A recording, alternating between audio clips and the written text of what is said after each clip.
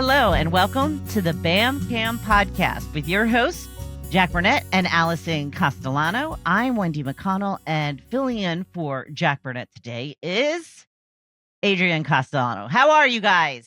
We're good. Doing How great. are you? I'm good. Yeah. You're looking a little tired. I know you've got, an infant at home. I guess it's not a newborn anymore, right?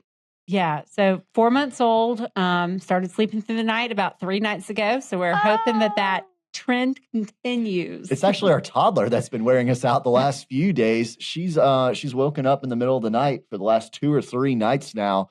We're in the nightmare phase of toddlerhood. And Yes. so she has this nightmare that she wakes up and the house is just falling apart. Oh, no. And it's because of Yeah. Disney movies that she watches during the day. What? Well, that makes it sound like we only put her in front of Disney movies. She No, really it doesn't get doesn't. much screen time, but it doesn't sound when that she way. does get screen time, she's usually watching a Disney movie, and they can be a little scary. Yeah. Is there a particular Disney movie when a house falls apart? Up, the movie Up, and Well, also that's it. Frozen.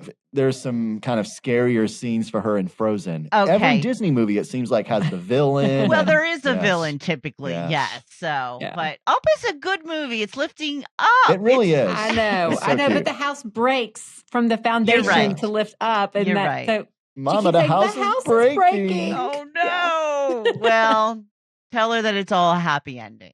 No, I mean, But our she knew. 4-month-old is doing great. Okay, good. Progress. Yeah. So, what are we going to be talking about today, guys? So today we're actually going to talk about a topic that hits close to home for a lot of families, and that's how to build wealth on a modest income. Adrian and I, before we got into this line of work, this was us. I was a school teacher here in Alabama, and you were a TV meteorologist. Uh-huh. And a lot of people might find this little fact surprising. I was actually the breadwinner. And teachers are not known for bringing home a lot of money. Every school event, they were always like, remember your why, because it's for the kids, right? Oh, yeah. But it's not for the paycheck. But yeah, I was the breadwinner in our household. And so anyways. People think TV life is glamorous, but local TV life, local news, it's not all glamorous. I Let me tell have to you. Yeah. just chime in for a second because I spent most of my career in radio broadcasting. Uh-huh. As somebody who was looking to make the jump to television at one point, and then when I started, and radio is not very lucrative either. Mm-mm. But once I made like a certain amount of money, I'm like, I think that I'm going to stay here instead of taking $20,000-$30,000 pay cut. Yes. Yeah. Yes. No, Yeah. I was surprised to learn what Adrian brought home. Yeah. 'Cause I just thought a man in a suit, he's got to make more than me, right? Yeah, it's all about the glory, right, and the Yeah. fame, right, Adrian? And now I'm giving up the suit most days. Yeah. Life's much better. Don't blame you. Yeah. So we had these very modest incomes. Yeah. We come from this world, and it's not impossible to build wealth when you come from a modest income. Yeah, there's a misconception that in order to be wealthy, you have to have a huge paycheck. But that is not true. There are plenty of people that have very modest incomes, but if you make the right steps, if you're smart and you're calculated with your money throughout your working days, you can build wealth for you and your family. Yeah. So let's start by redefining what is wealth. And I think a lot of people, when they think of wealth, they think mansions, yachts, Mhm. expensive vacations, traveling to Europe every single What summer. you see on TV, what you see in the movies, Yeah. right? But when you really ask people what they want their money to do, the answer is usually a lot more grounded. Yeah. So wealth isn't just about having more, right? So it's about having enough to feel secure with your life.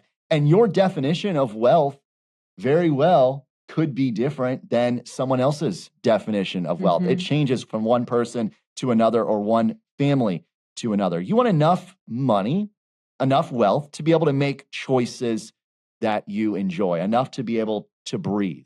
Yeah. So for some people, wealth might look like taking a nice family vacation Mhm. without having to put it on credit cards. Yeah.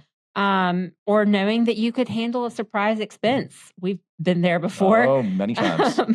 Maybe it's being able to retire on your own terms, or maybe even helping your kids pay for their college. It could be enough just to not have to lay in bed awake at night worrying about whether you're doing enough, whether you're falling behind financially. That kind of peace of mind can be wealth as well.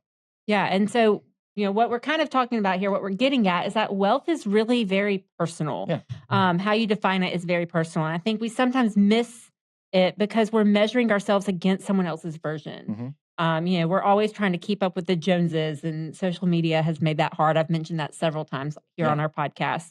But when you define wealth around your own values, perhaps freedom, stability, opportunity, it becomes something that's really very attainable for a lot of families out there. And, honestly, we're not perfect. We fall into that same trap. I know it's happened to us before where you've told me, oh, look what so-and-so's doing right now. Look at this trip they're on. Well, I wish we could do that. Yeah. It happens to the best of us. And so it's just something that is unavoidable in many ways. But the key is that kind of wealth that we're talking about, it doesn't happen overnight. And like I talked about here at the top, it's built little by little, calculated, smart, intelligent, intentional moves. You might not feel wealthy right now, but if you zoom out and look at the broader picture, your next 10, 20, 30 years, the steps that you take today, and they could be baby steps that you're taking today, really could add up in a big way in the future.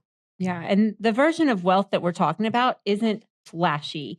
It's sustainable, and it's possible for a lot of people out there. Yeah. So let's talk about the myth of income equating to wealth, right? One of the biggest myths we see is this idea that a high income automatically means that a person is wealthy, but that is not true. Yeah, we've worked with some people that earn six figures and they are completely stressed. Yeah, they're living paycheck to paycheck. Yeah, they're living paycheck to paycheck, feeling like they're barely treading water. But on the flip side, we've worked with people that come from our similar backgrounds, very modest incomes, and they have no debt, they have solid savings, and they're well on their way to financial independence. Yeah, we've seen clients that do make high amounts of income and they're not really saving for retirement. And so while things may be okay right now, later on in life, they're going to have to take a pay cut in retirement. They're not going to have that money to depend on that they've built in their retirement accounts. So it's just a reminder that income is only one piece of the puzzle here when it comes to building wealth. You can make a lot of money, but still be broke. One, if your lifestyle perhaps doesn't match up, if your spending habits aren't calculated, or if your debt load perhaps becomes out of control. Yeah. So remember, wealth isn't about what you earn, it's about what you keep. So that comes down to habits, consistency, having some kind of system in place that aligns with your values. Yeah. So look, you could make $200,000 a year, right? But if you're spending $210,000 in that year, that's not wealth. Yeah. That is what you call stress in a fancy zip code. And I think part of the problem is we equate looking successful to being financially secure. Yeah. So you can have the nice car, the designer handbag, the Instagram worthy vacations, but if it's all fueled by credit cards, that's not wealth. Yeah, it's creating pressure, right? It's creating more pressure, especially for folks that are living on a modest income. They feel like they're behind when really they may be doing great if they can calculate their moves through their working days. If they're saving, and we're going to talk about this in a little bit, avoiding that lifestyle creep that it's easy to fall into. If you're living within your means, that's all things that can build lasting financial peace in your life. Yeah. So if you're listening right now and you're thinking, I don't make a ton of money, I can't build wealth, we want you to know you're wrong. That's simply just not true. And it's not about how much you make, it's about how intentional you are with what you have so that you can keep some of it. That's only wrong if you're not making the intentional moves to, better yourself later on in life. So the good news, right? Intention is free. Okay? No price on that. Discipline is free. The systems are basically free as well. They're the real drivers of that long-term wealth later in life. Yeah. All right. So 5 steps, right, to build wealth on a modest income. First up here, know your numbers. What does that mean? Well, you don't have to track every single penny to be financially successful, but you need to have a general idea. Know the basics. How much is coming in? How much is going out? What's left at the end of the month? Hopefully you're in the green. Hopefully there's a little bit of a surplus. But if there isn't and you're in the red, basically you're spending more than you're making each month, then we need to step back and figure out what we need to do to make things better. Yeah. And honestly, this is a step that a lot of people skip because, it's hard to take a magnifying glass. It's not fun to look at your spending, and it's really not fun. And we've done it, and it wasn't fun for us. It wasn't fun. And we've talked about this on our Money Date episodes. And so it feels overwhelming. Mhm. It's not fun. You don't want to do it. You're afraid of what you'll see. Yeah. But once you shine a light on your numbers, you're going to gain clarity. And clarity is the first step. It's what you need that you can take control. Yeah. So if you've ever said, wait, where did all my money go? That's the first step. That's your starting point. That's how you can get curious. Look at the last 2-3 months of your income, your spending as well. Look at that surplus or that deficit, right? Mm-hmm. And figure out what's going on. Look at your credit card statements and try to identify any patterns that are in place. Yeah. And you don't need a fancy system. We use a spreadsheet. Yeah. But there are apps that can help you do this. There's YNAB, Every Dollar. You can do it like us on a spreadsheet, Mm-hmm. or you can use a notebook. You can print out your monthly statement and use a highlighter. Whatever you need, you just need something. And then go on money dates. Yeah, Discuss. you just need to take the first step. Yeah. The goal is to get a rough picture of your cash flow. Mm-hmm. So what do you bring in after taxes each month? What do you spend on average? Because it's going to fluctuate. Mm-hmm. And what's left over or not? Yeah. So let's talk about that leftover number. That leftover number, that's what we call your margin. If it's positive, that's the money you can put toward building your wealth, paying off any debts that you have, saving for emergencies. We're big, advocates that you want to have that emergency fund in place in case of Mm-hmm. something unexpected. Happens to all of us. Make sure you have that money on hand. Any extra money, start investing, start planning for your future, building a retirement account. Yeah. And if you go through this exercise and you find that there is no margin, or worse, that you're going into the red each month, meaning you spend more than you earn, that's not failure. Yeah. It's data. Yeah. And it's the first step to making a change. I like the positive look there. Well, we've been there. Yeah, we've been there. We know what it's like, right? We know what it's like. So the goal here, obviously, it's not perfection. It's not to beat yourself up, get down on yourself. No. It's just awareness. You need to know. Before you can take action, you need to know what's going on with your finances, what's coming in, what's going out every month. When you know your numbers, you can stop winging it, you can stop guessing, and you can actually start building something concrete, something that's solid, a financial plan for your future. Yeah, money doesn't have to be mysterious, and clarity is really empowering.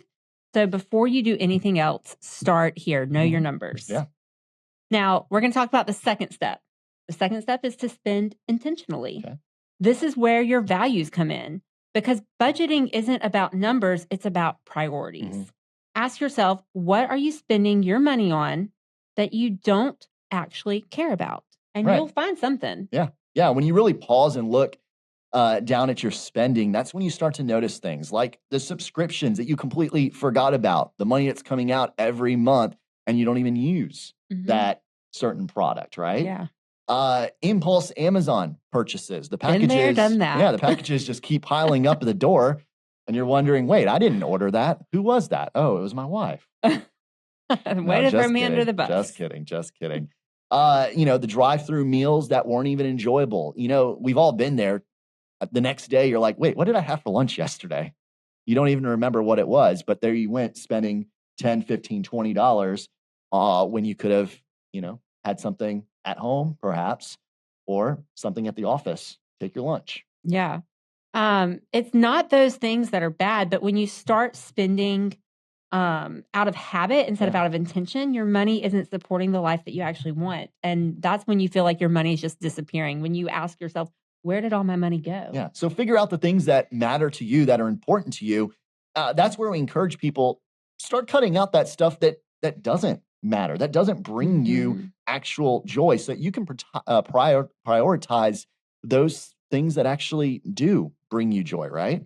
So that might mean saving for the future, paying off debt, investing in your kids' education, or even building in room for travel or quality family time in the near future or later on down in life. Exactly. So if you're frustrated that you can't find room in your budget for date nights, look closer.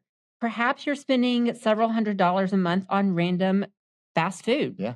You're busy, you run through the drive-through real fast. Going to get that Starbucks every morning. Going to get Starbucks every morning. Nothing that's really intentional, or memorable. Yeah. But once you see that, when you know your numbers, you got that magnifying glass on it. Yeah. Once you see that, it's easier to shift just a portion of that money towards maybe a babysitter so that you and your spouse can go on a nice date night. Yeah, it doesn't have to be a lot of money. Starting out, it could be $25, $50 a month.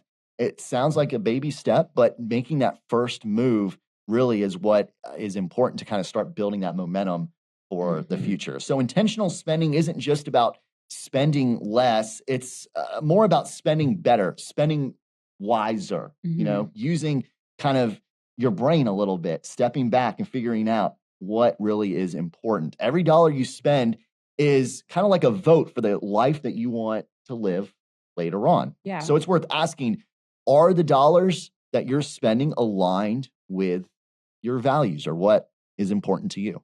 And if they're not, it's okay. You can course correct. Yep. You don't have to be perfect. You just have to get started. That's right. All right. So step 3, automate your savings. And we like this one. Kind of set it and forget it, right? Even if it's just $50 a month. I just said this. You can add that up quickly. Yeah. When it comes to a long-term outlook. It's like a snowball rolling down a hill. It builds momentum and it helps you kind of get excited about the future. And when you're excited about the future, you start making wiser choices day to day. And then you'll start seeing more of that margin month to month. And when you have more of the margin, you can then start adding to that $50. The important thing here is to make saving a non-negotiable, just like your mortgage or your electric bill every month. Just do it. Yeah. And if it's not automatic, it's optional. And let's be honest, life gets busy. It does. We are living in the chaos phase of life right now. And so we get that 100%. And when life gets busy and stressful, then this is the first thing to go. Yeah. Unless it's already taken care of. I mean, it is just like the electric bill or any other bill that you get. If you don't have it automized, it's easy to forget, oh, I got to pay this bill on the 15th of the month, and then you get the annoying late charge. Absolutely hate those. So it's one of those things where it's easy to forget. So if you automize it, it makes things easier and you don't skip out on it, right? Yeah. Okay, so that's why automation obviously is a game changer. Just a small amount. Make it a regular thing month to month to come out of your checking account on payday perhaps, or a few days later, whether it goes into your savings account, a Roth, right? Or even just a sinking fund, you're removing that friction. Yeah. You're removing that ability to just say, this was a tough month. I'll do it next month. You're taking the decision off the table. Yeah. And the best part is, like you said, you don't have to start big. A lot of people think that if you can't save hundreds of dollars a month, it's not worth doing. But that's just not true. Even small, consistent contributions build momentum and confidence. And that's what it is. It's the momentum. Starting with $15, $20 a month right now isn't going to make a huge difference in the long run. It makes a difference, obviously, as the money appreciates, as it compounds. But the biggest thing here is that you're setting yourself up for success. It's almost more a mindset, a mental thing than anything.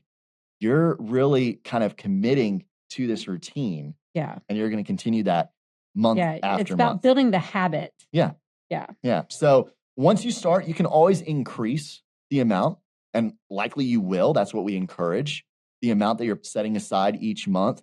And here's a fun trick.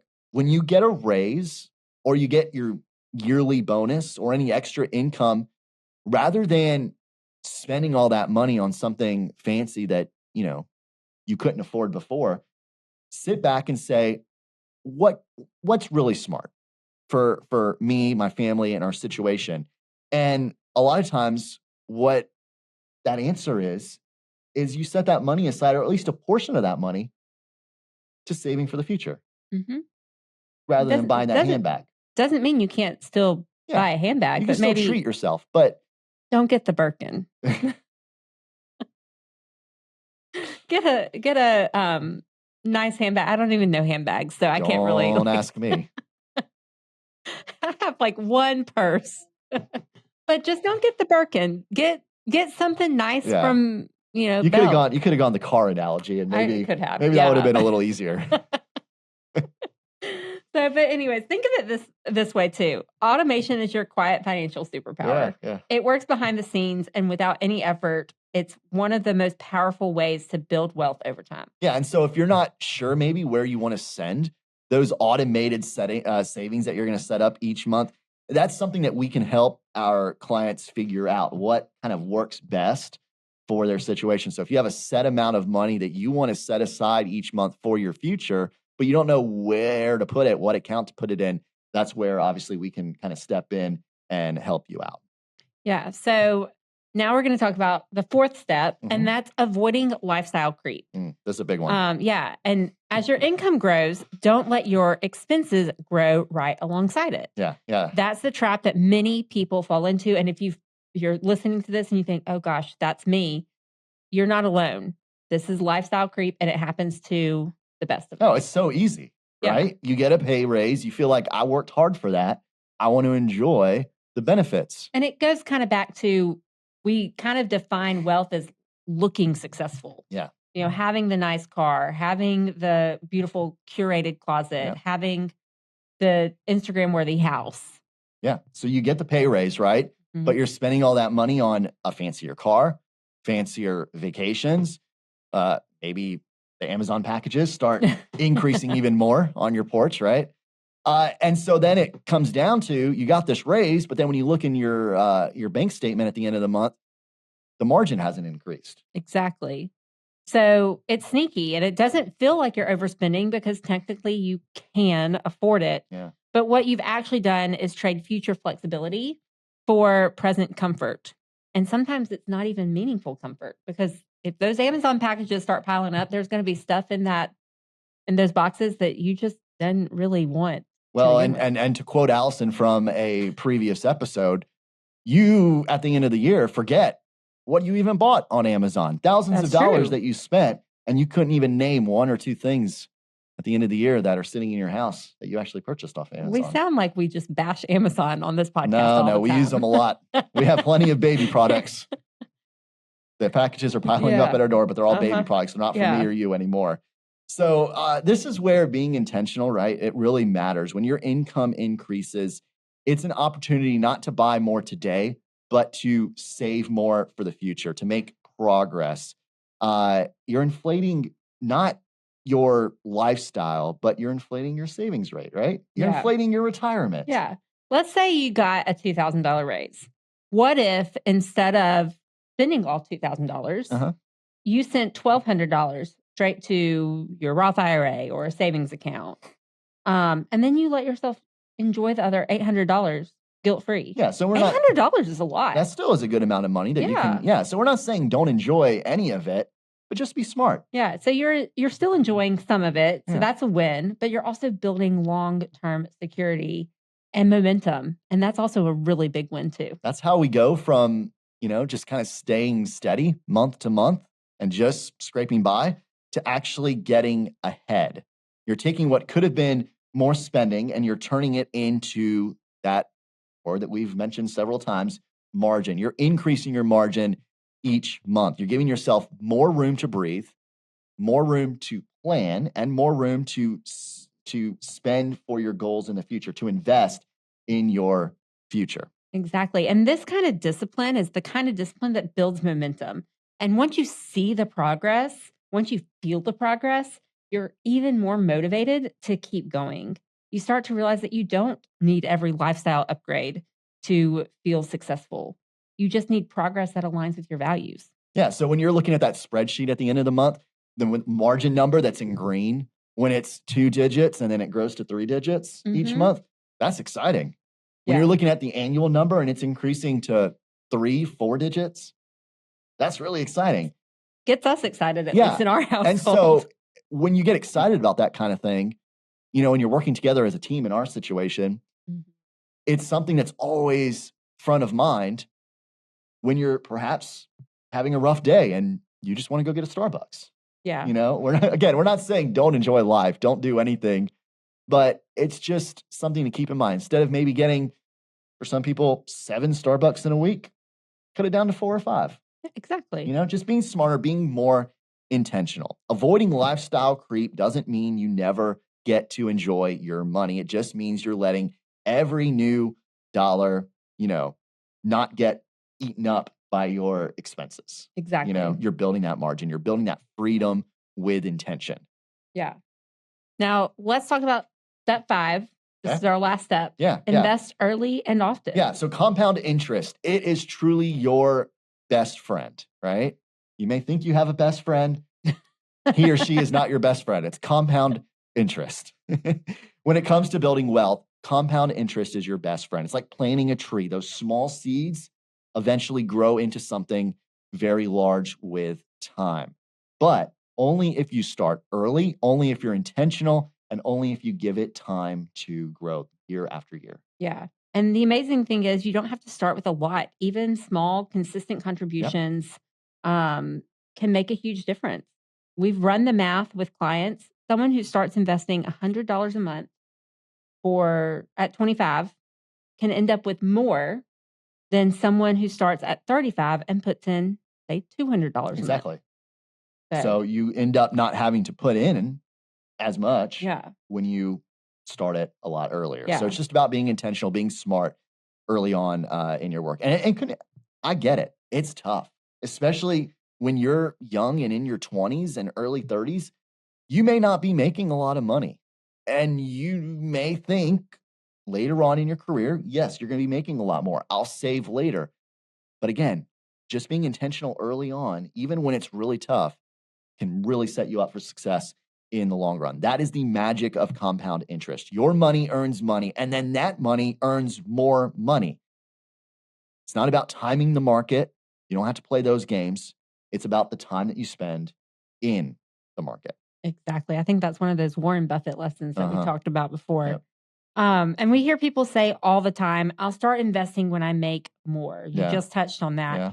Or I'll wait till things calm down, which we're in that chaos phase of life right now. I don't know if the chaos ever calms down. Spoiler alert, life is not going to get easier. I think it's just going to change to different chaos. Yeah, exactly. But the truth is, if you wait for the perfect time's never going to come. Yeah, those years will left you behind. Life stays busy. There's always something competing for your attention and your money. Yeah, so that's why it's so important to just start early. Start now, right? The best time to start was yesterday. Okay. Second best time's today. Perfect. Right? So just kind of be intentional. Even if it feels just like a drop in the bucket, it is a good start. That habit is just as important as the amount.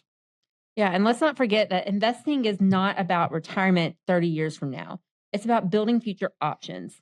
Maybe it's buying a home or taking a sabbatical, paying for your kids' college, starting a business. When you invest, you give your future self choices. And like we mentioned, if you don't know where to start, have a conversation with us. We can sit down, look at your situation, and figure out what game plan will set you up for the most success later on.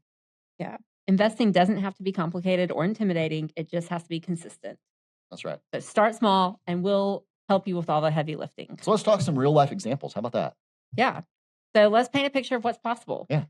Because building wealth on a modest income isn't just theory. There are teachers, nurses, first responders, and families just like ours living, who are making those smart choices and they're quietly building something that's not flashy, but something that's really very valuable. They're creating that margin, right? Yeah. Staying intentional with their spending, using those small wins, giving each other a virtual or maybe physical high five, and building momentum. It's not about a sudden windfall or some perfect investment that you nailed. It's about the small, steady, some people would say boring, right? Yeah. Steps that align with their values. Yeah. And we love working with families like this, ones who want to get organized, start investing, maybe clean up some debt, feel like they're finally making progress. They don't necessarily see themselves as wealthy, but they're doing the things that build wealth over time. Yeah, those are our favorite stories, right? That we love to follow. They prove that wealth isn't reserved for just people with huge paychecks or families that had a lot of money passed down to them. Okay. It's about making those intentional steps. It really is accessible to anyone with a plan, a little consistency, and obviously some support along the way as well. Yeah. So if you're someone who feels like you're just barely getting by, but you want more clarity, more breathing room, more options, know that you're not alone. That's exactly who we love to serve. And that's who we're building our business for. Because we strongly believe that those small decisions really set the seeds for real, important, lasting wealth throughout life. Yeah. Now let's talk about something that some people might see as a barrier. It's so easy to feel discouraged, especially when you're scrolling through social media. And I have fallen into this trap before. I keep telling myself I'm going to pick up needlepoint so I can not fall into this trap as often. But when you're scrolling social media, you're looking at someone else's highlight reel. Yeah. That new house or the kitchen remodel. Oh my gosh, the kitchen remodels. You're not seeing the whole truth, right? The bathroom remodels. Every time I see a bathroom remodel, I'm like ready to pick up the phone and call a contractor. Yeah. The designer stroller. All the first time moms are going to get that reference. But, it can make you feel like you're behind or like you're doing something wrong. Yeah, you're not seeing the whole picture, right? You're not seeing that perhaps that family has lots of credit card debt, the anxiety they're going through, the trade-offs that went into those decisions. They may be struggling in other facets of life. And honestly, they likely are struggling somewhere else. So you're only seeing the rosy kind of best all around picture, or not all around, but the best picture instead of the all around situation. Yeah. It's someone's curated version, right? It steals our peace and our progress. Yeah. So comparison, you've heard the saying, comparison's a thief of joy. And it makes it really hard to stay focused on your own journey. That's why I keep saying I'm going to pick up needlepoint one of these days. It makes you feel like even small steps you're taking aren't good enough. Yeah. But here's the truth. They are. Yeah. They really are. Every family situation is different. Your income, your priorities, your timeline, it's all unique to you. Yeah. We want you to kind of zoom in on your situation. Don't worry about what other people are doing. Ask yourself, what can I do this month? What can I do next month as well? And continue to do each month to move myself and my family forward. Maybe it's reviewing your budget, getting a good understanding of the situation. Maybe it's setting up that automatic savings. Maybe it's finally rolling over that old 401k that's just been sitting there. We see that a lot. Unattended. Yeah, we see that a lot. And you don't have to overhaul your entire financial life in one weekend. You just have to do the next right thing. So take one small action that supports your future. And next month, do the same thing. Another small action. And the next month, another small action. No two people's financial journeys are going to look the same. Each one is individual and unique. It doesn't have to look flashy to be meaningful. I mentioned this earlier. A lot of times it's the boring, small, intentional steps that really help us build wealth throughout our journey. So the most impactful moves, they're the quiet ones, the consistent habits, the thought out decisions. The intentional no's to the things that don't align with your values, that aren't important to you. Yeah. And remember, you don't have to impress anyone. You just need a plan that gives you confidence and the freedom to live a life that feels good to you. Impress yourself. Yeah. Don't impress everybody else. Who cares about them, right? Exactly. So if you're living on a modest income, hear this. You can build wealth. It starts with clarity, intention, and small, consistent actions. And you don't have to do it alone. We're here to walk right alongside you and hold your hand. You can reach out to us anytime. email us at info@eaterfw.com. Thanks for listening. Yeah. All right, guys. Thanks so much. Great job. And thank you for listening today. Please follow, and share this podcast with your friends. Until next time, I'm Wendy McConnell. Thank you for listening to the BamCam podcast with Jack Burnett and Alison Castellano from Eater Financial Wellness, a financial advisory practice at RFG Advisory. To get in touch with us, visit today's show notes or go to our website at www.eaterfinancialwellness.com. That's ITER financialwellness.com. And please click the follow button to be notified when new episodes become available. Content here is for illustrative purposes and general information only. It is not legal, tax, or individualized financial advice, nor is it a recommendation to buy, sell, or hold any specific security or engage in any specific trading strategy. Information here may be provided in part by third-party sources. These sources are generally deemed to be reliable. However, neither our guests nor RFG Advisory guarantee the accuracy of third-party sources. The views expressed here are those of our guest. They do not necessarily represent those of RFG Advisory, its employees, or its clients. This commentary should not be regarded as a description of advisory services provided by RFG Advisory or performance returns of any client. The views reflected in the commentary are subject to change at any time without notice. Securities offered by registered representatives of Private Client Services, member FINRA SIPC. Advisory services offered by investment advisory representatives of RFG Advisory, LLC, RFG Advisory or RFG, a registered investment advisor. Private Client Services and RFG Advisory are unaffiliated entities. Advisory services are only offered to clients or prospective clients where RFG Advisory and its representatives are properly licensed or exempt from licensure. No advisory services may be rendered by RFG Advisory unless a client agreement is in place. RFG Advisory is an SEC-registered investment advisor. SEC registration does not constitute an endorsement of RFG by the Commission, nor does it indicate that RFG or any associated investment advisory representative has attained a particular level of skill or ability.